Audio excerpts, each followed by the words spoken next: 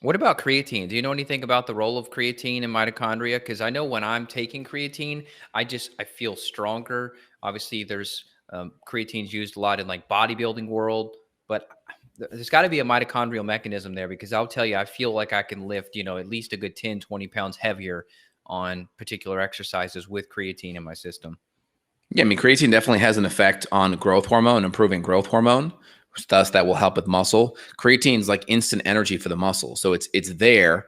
It's ready to be used right away in that first 10 seconds, or five to 10 seconds of muscle use or like explosion movement through that muscle. So that definitely plays a role in muscle. I'm not sure how it plugs in 100%. Because really, with ATP, right, and the mitochondrial function, if you look inside the mitochondria, you have glycolysis, and then you have the electron transport chain.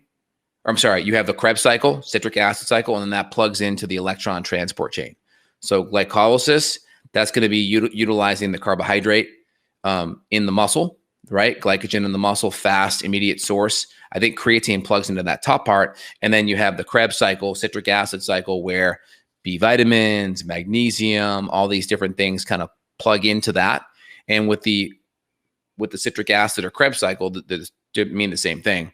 Essentially, they're grabbing hydrogens, right? So it's a reducing agent. So it's just grabbing. Reduction is a gain in electrons. And so you have NAD goes around and it grabs NADH. So you get 3 NADH and I think 1 FADH2. So you have FADH and it grabs another hydrogen and that becomes FADH2. And so it's grabbing all these hydrogens and then it's essentially bringing those hydrogens downstream into the electron transport chain and beta fatty acid oxidation there. And so I think you generate, was it 36 to 39 ATP through the Krebs cycle and the electron transport chain. Unless you're in like a chronic fatigue state, this cell danger response, and I think you're spitting out something low, like 2, maybe 3 ATP. I've read about this cell danger response. They just call it CDR in the literature, but it talks about how the cell danger response, which could be initiated by trauma or a car wreck or even mold exposure or tick-borne illnesses or viruses. There's a lot of, Epstein-Barr, you'll see the link between like mono and chronic fatigue. It's said that these people are in this state of just a low power output where even if you have the nutrients, you're just not generating the ATP.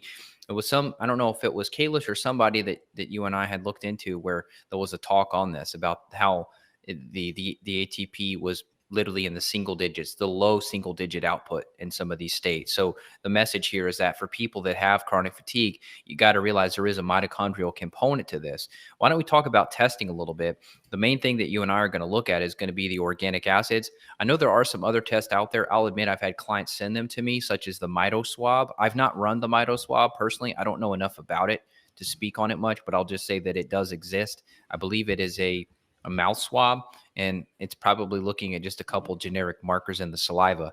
But we like to use the organic acids test because, as you mentioned, there's the Krebs cycle metabolites on there. We can look into the succinate, or what some people call succinic acid. You've got the malic acid. You've got fumarate. There's other markers on there.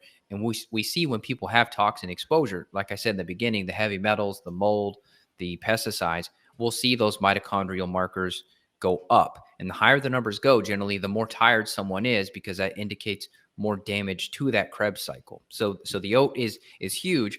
And then obviously we'll look at stool too. Now the stool test, you don't measure like the stool test we're running. You're not measuring mitochondrial function, but I look at it in a roundabout way, meaning if you have all these gut infections producing toxins, that could be damaging mitochondria as well. So we know that when we clear the gut out, we see the mitochondrial function improve. 100%. Yeah.